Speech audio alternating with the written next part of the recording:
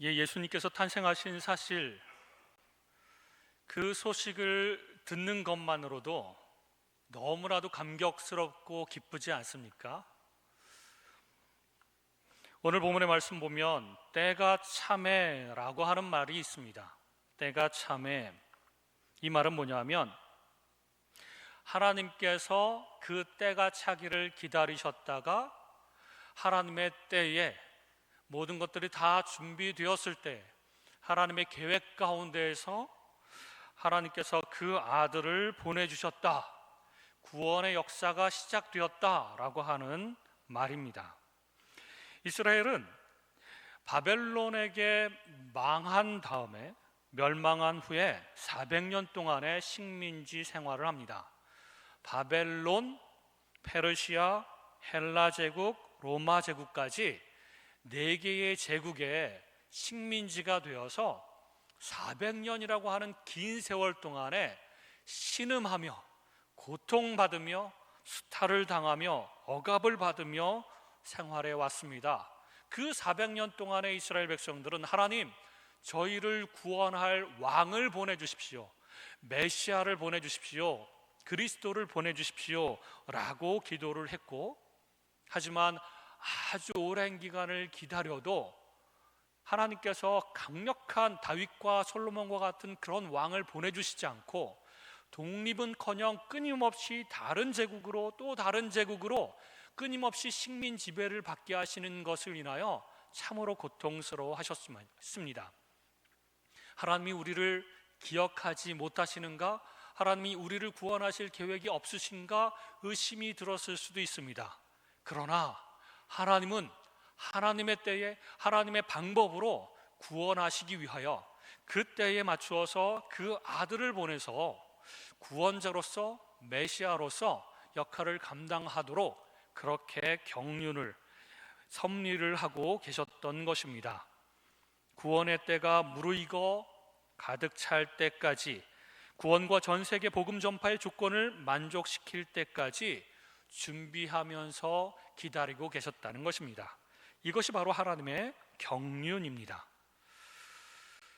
이 때가 굉장히 중요한 때고 이 장소가 굉장히 중요한 장소입니다.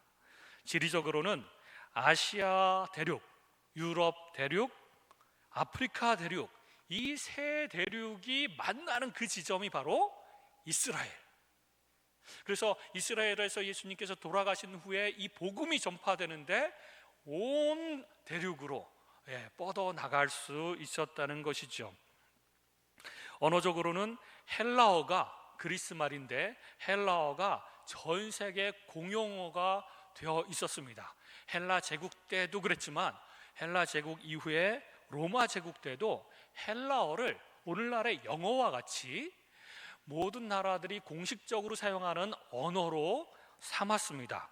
그래서 어느 나라, 어느 민족에게 가든지 헬라어로 다 의사소통이 됐고, 심지어는 신약 성경도 헬라어로, 그리스 말로 기록이 되었습니다. 그래서 이 복음이 헬라 말로 전파될 때 어느 민족이든지 어느 나라든지 복음을 빨리 이해하고 받아들일 수 있게 된 것이죠. 문화적으로도 마찬가지입니다. 헬라 철학, 그리스 철학이, 철학자들이 굉장히 많이 나왔는데 끊임없이 이 시기에 질문을 던졌습니다. 우리는 어디서 왔고 어디로 가는가? 인생의 궁극적인 문제를 어떻게 해결해야 하는가? 늘 토론하면서 철학적인 주제로 삼았습니다.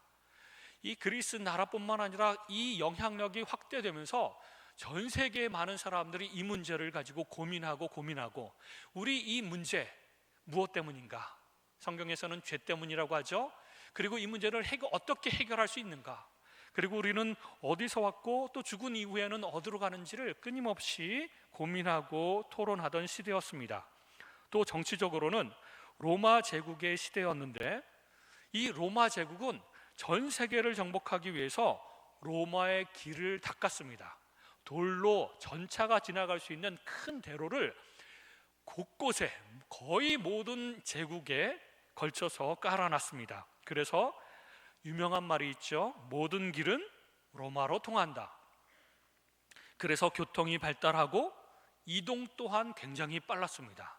그래서 예수 그리스도의 제자와 그 성도들이 복음을 가지고 전 세계로 핍박을 받아서 흩어질 때에 굉장히 빠른 속도로 복음이 전 세계로 확산될 수 있었다는 것입니다. 또한 이스라엘에서는 끊임없이 400년 동안의 식민 지배로 인해서 고통을 당하면서 메시아 사상이 극에 달했습니다. 하나님 힘듭니다. 고통스럽습니다. 언제쯤 메시아가 하나님 오실 것입니까? 우리를 구원하실 구원자가 언제 오실 것입니까? 요즘 상황이 그렇죠. 우리나라 상황이 그렇습니다. 정치적으로도 아주 힘든 시기고 그로 인해서 경제와 여러 가지 면에서 힘든 시기입니다. 그리고 종교적으로도 수많은 이단들과 잘못된 가르침들이 팽배한 그런 시기를 살아가고 있습니다.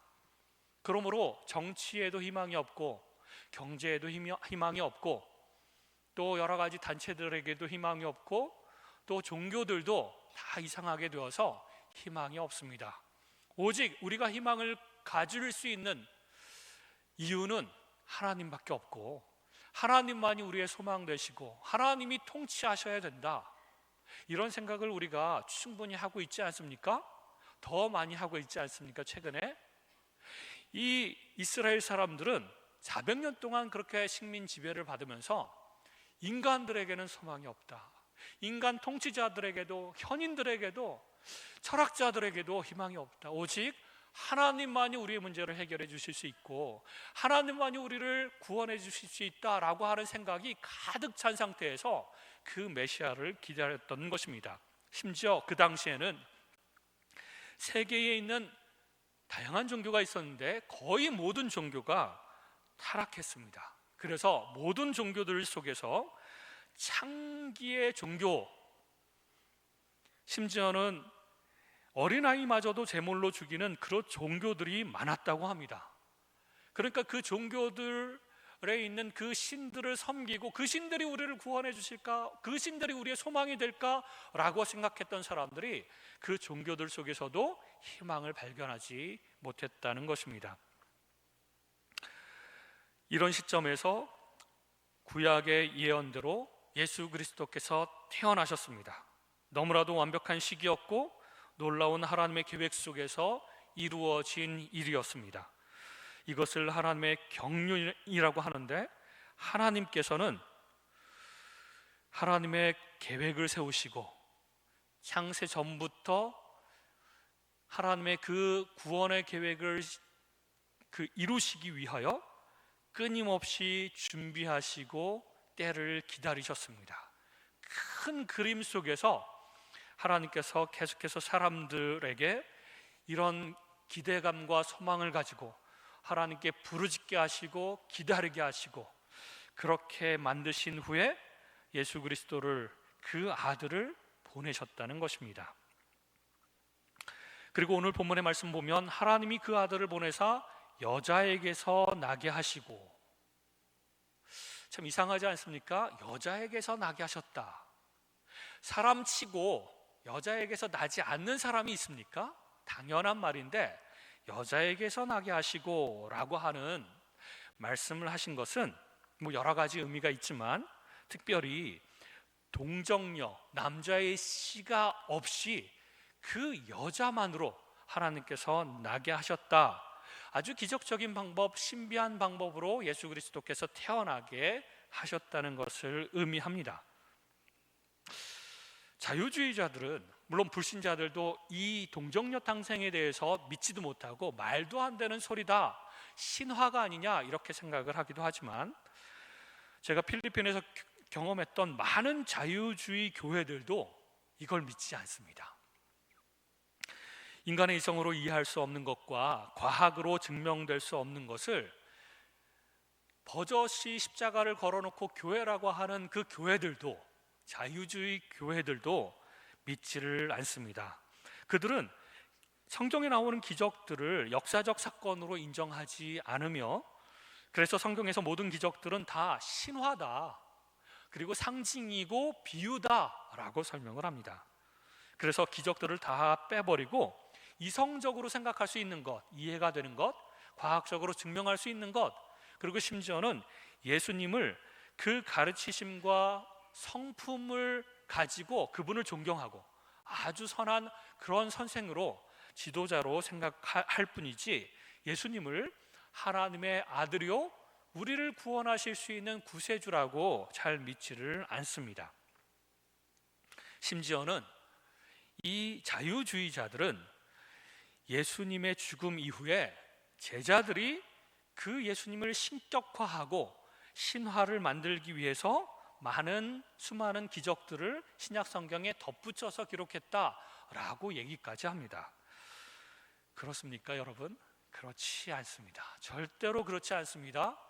하나님은 전지전능하신 초월적인 존재이시며 지금도 과거에도 하나님께서는 어떤 일이든 하실 수 있으십니다. 모든 일을 다 하실 수 있는 것이죠. 그래서 하나님께서는 그 아들 예수 그리스도를 동정녀라고 하는 독특한 방식으로 태어나게 하셨습니다. 우리가 항상 고백하는 사도신경에도 이 구절이 분명하게 나와 있죠.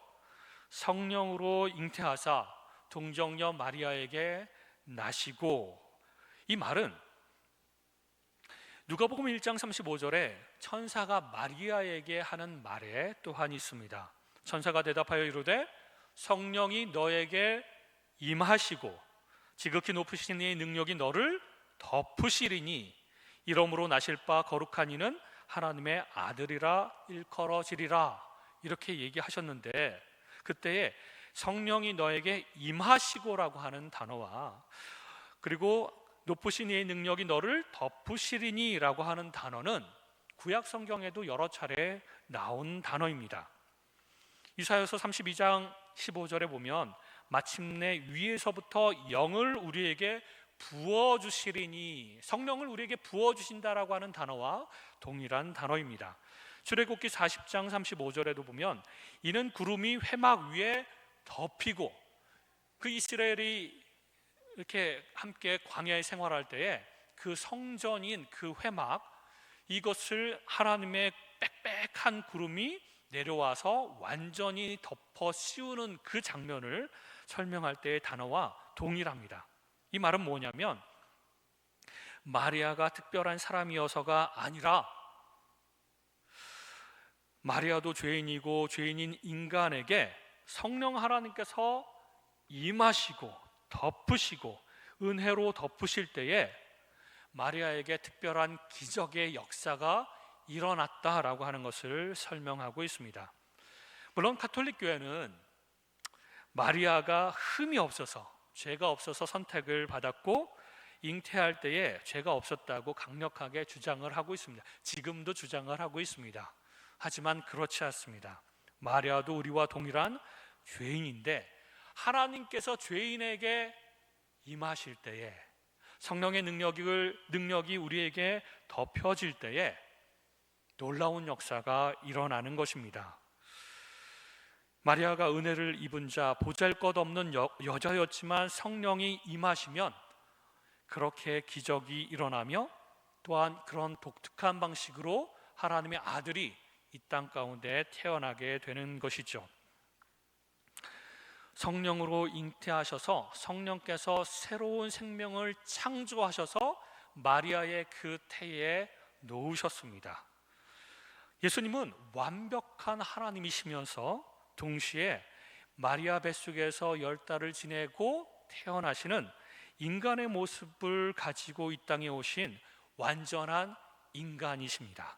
그런 모습으로 이 땅 가운데 오신 것이죠. 그러면 왜 예수님은 이런 독특한 방법을 통해서 태어나셔야만 했는가? 어떤 사람은 잘못 이해를 해서 하나님이신 것을 증명하고 하나님의 능력을 나타내 보이시기 위해서 이런 방법으로 태어나셨을 것이다, 이렇게 생각하는 분들이 있습니다. 그렇지 않습니다. 정말 어떤 독특한 목적 때문에, 아주 중요한 목적 때문에 이런 방식으로 태어나셔야만 했던 것입니다. 이렇게 오해하는 사람들은 마치 우리나라 신라의 김수로가 알에서 태어나고 그리고 단군이 곰이 변한 웅녀에게서 태어난 것처럼 신비로운 방식으로 태어나야지 예수님이 하나님이신 것이 좀 증명이 되고, 또한 하나님이 보내신 아주 신비한 그 구세주라고 하는 것을 증명해 보이시기 위해서 이런 방법으로 태어났다라고 오해하기도 합니다. 그렇지 않습니다. 예수님께서 정말 이 방법으로만 태어나셔야만 하는 그런 목적이 있습니다. 창세기 3장 15절에 보면 아담과 하와가 죄를 짓고 타락한 직후에 하나님께서 우리에게 최초의 복음의 말씀을 주십니다. 이것을 성경학자들은 원시 복음이라고 얘기를 하는데요, 아담과 하와가 타락한 이후에 하나님께서 아담아 너 왜 그랬니? 하와야 너 왜 그랬니? 이렇게 물으신 다음에 그 다음에 뱀에게, 사탄에게 이런 저주의 말씀을 하십니다. 내가 너로, 사탄으로 하여금 원수가 되게 하고 내 후손도, 사탄의 후손 사탄이죠, 여자의 후손과 원수가 되게 하리니. 여기서 나오는 여자의 후손은 여자에게서 태어나는 모든 인류를 가리키는 것이 아니라 단수입니다. 한 사람, 여자의 후손 한 사람, 예수 그리스도죠. 예수 그리스도와 원수가 되게 하리니 여자의 후손은 내 머리를 상하게 할 것이요 너는 그의 발꿈치를 상하게 할 것이니라 하시고. 이 말은 예언인데 몇천 년 후에 되어질 예언의 말씀입니다. 여자의 후손 예수 그리스도를 사탄은 십자가에 달려 죽임으로 자기가 승리했다고 생각을 했습니다. 그러나 예수 그리스도께서는 죽으셨다가 다시 부활하셨죠. 그러므로 사탄은 예수님의 발 뒤꿈치만 그렇게 상하게 한 그런 것밖에 안 된 것이죠. 그러나 예수 그리스도께서 사망의 권세를 이기시고 부활하셨을 때 사탄의 머리를 완전히 짓밟아 놓은 것처럼 승리하셨습니다. 여자의 후손으로 오셔서 사단의 머리를 부술 메시아에 대한 예언을 성취하기 위해서 동정녀에게 태어나셨습니다. 또한 한 가지 더, 우리는 죄인이죠. 그 죄의 대가를 반드시 치러야 되는데 죄의 대가는 바로 죽음이며, 둘째 죽음, 둘째 사망은 지옥불에서 영원토록 형벌을 받는 것이 바로 둘째 죽음입니다. 죄의 결과가 이렇게 무시무시한데요, 그러나 우리를 구원할 수 있는 사람은 우리 스스로 구원할 수 없습니다. 우리의 노력과 우리의 종교적인 행위와 선한 행위를 통해서 우리는 스스로를 구원할 수 없습니다. 율법을 다 지킴으로 인해서 구원할 수도 없습니다. 그러면 누군가가 사랑하는 사람이 대신 나를 위해서 죽어서 구원할 수 있는가? 그럴 수도 없습니다. 예를 들어서, 이건 예입니다. 오해하지 마시기 바랍니다. 제가 죄를 지어서 사형 선고를 받고 감옥에 있습니다. 그런데 제가 너무너무도 사랑하는 딸도 감옥에 왔습니다. 역시 사형 선고를 받았습니다. 어느 날 간수가 찾아오죠. 제 딸의 이름을 부르면서 앞으로 나와라. 오늘 네가 사형을 받는 날이다. 그 얘기를 듣는 순간 제가 얼마나 마음이 아프겠습니까? 그때 제가 아마도 이렇게 얘기하겠죠. 간수님, 제 딸을 좀 살려주십시오. 그 대신 제가 대신 죽겠습니다. 제가 대신 죽을 테니까 제 딸은 집으로 좀 돌려보내 주십시오 라고 얘기했을 때 이 간수가 이 얘기를 듣고 뭐라고 얘기할까요? 너는 가만히 있어. 5분 후에 네 차례가 올 거니까. 그러겠죠. 왜냐하면 저도 제 심각한 죄를 인하여 사형 선고를 받고 감옥에 갇혀 있는 상태이기 때문에 죄가 있는 저로서는 제 딸을 대신해서 아무리 사랑한다고 할지라도 죽을 수가 없습니다. 오히려 감옥 바깥에 누군가 죄가 하나도 없는 사람이 간수님 혹은 재판장님, 제가 이 사람을 대신해서 죽겠습니다 라고 하면 그것은 가능할 것입니다. 그러나 이 감옥은요, 지구 안에 있는 모든 사람들을 의미합니다. 마치 지구 전체가 감옥이듯이 지구에 사는 모든 사람들이 사형 선고를 받고 살아가고 있습니다. 언제 죽어도 이상하지 않을 정도로 우리 모두는 자기 각자의 죄로 인하여 죽을 수밖에 없는 운명에 처해진 것이죠. 그래서 지구 안에 사는 사람이 내가 대신 죽겠습니다 라고 해서 대신 죽을 수 있는 사람은 아무도 없습니다. 왜? 우리 모두는 죄인이기 때문에 그렇습니다. 그러나 지구 바깥에서 죄 없는 분이 이 땅 가운데 인간의 모습으로 오셔서 내가 대신 죽겠습니다 라고 하신다면 그것은 가능하게 될 것입니다. 하나님께서 재판장이신데 예수 그리스도께서 죄가 없으신 그 하나님께서 이 땅 가운데 오셔서 제가 대신 죽겠습니다 라고 하셨을 때, 그래, 네가 죽는다면, 죄 없는 네가 죽는다면 많은 인류의 죄인들의 죄를 다 용서할 것이다. 그 죄의 대가를 네가 치를 수 있다라고 하셔서 하나님 아버지께서는 예수 그리스도를 이 땅 가운데 보내주신 것이죠. 죄 없는 인간으로 태어나셔야만 하셨기 때문에 예수 그리스도께서는 남자의 씨를 받아서 태어날 수 없었습니다. 남자의 그 DNA를 받아서 태어날 수 없었고 그 원죄를 받아서 태어날 수 없었습니다. 그러므로 아까 말씀드린 것처럼 성령께서 아주 신비한 방법으로 초자연적인 방법으로 생명을 창조하시고 그 생명을 마리아의 태에 놓으셨다는 것입니다. 인간의 육체의 모습을 입고 오셔야만 했고 죄는 없으셔야만 했기 때문에 이런 신비한 방법으로 태어나셔야만 했고, 또한 창세기 3장에 있는 그 예언의 말씀대로 여자의 후손으로 오셔서 사탄의 머리를 짓밟아 깨부수는 그런 놀라운 일을 하시기 위해서 이 땅에 태어나셨습니다. 예수님은 이 땅 가운데 행복하게 살기 위해서, 성공한 인생을 살기 위해서, 만족을 누리기 위해서 태어나시지 않으셨습니다. 유일한 목적, 태어나신 유일한 목적은 죽기 위해 태어나셨습니다. 우리의 죄를 위하여, 대신 죽기 위하여 이 땅 가운데 태어나셨습니다. 그분의 태어나신 목적은 너무나도 명확하십니다. 딱 한 가지, 죄의 짐을 다 지고 우리 죄인들을 위하여 죽기 위하여. 사실 우리 성탄절날 가장 즐겁게 파티도 하고 선물 교환도 하고 즐겁게 노래 부르면서 지내지 않습니까?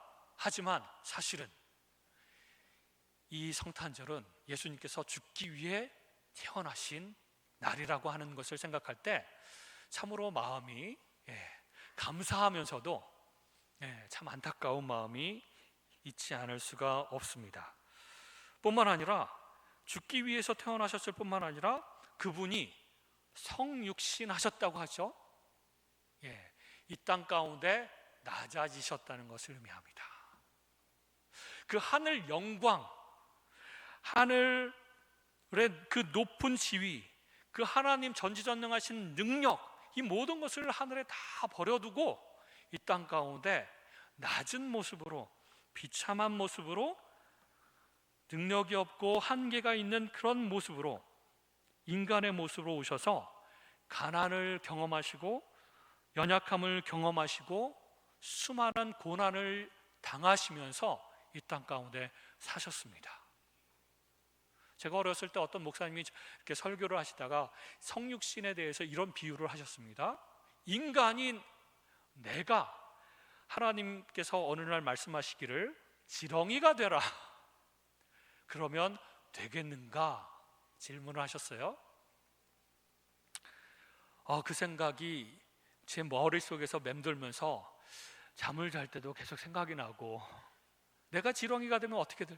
꿈틀꿈틀 하다가 누가 지나가다가 밟으면 그냥 죽는 아주 하찮은 미물에 불과한 지렁이가 된다면 내가 하고 싶은 거, 노래 부르고 싶은 거, 책 읽고 싶은 거, 여행 마음대로 다니고 싶은 거 다 하나도 못하고 그저 땅만 파먹으면서 살아가는 그런 삶을 살아갈 수밖에 없지 않는가, 이런 생각이 떠나지가 않아서 제가 그 생각에 사로잡혀서 몇 날 며칠을 생각했던 것이 있습니다. 그러나 우리 인간도 피조물이고 지렁이도 사실은 피조물입니다. 그래서 피조물에서 피조물로 되는 것, 그것도 사실은 끔찍하지만 창조주이신 하나님께서, 전지전능하시고 스스로 계신 그 하나님께서, 너무나도 영광스러운 그 하나님께서, 능력이 너무나도 많으신 그 하나님께서, 초월적인 그 하나님께서 저 땅으로 피조물이 되어서 이 땅에 오신 것은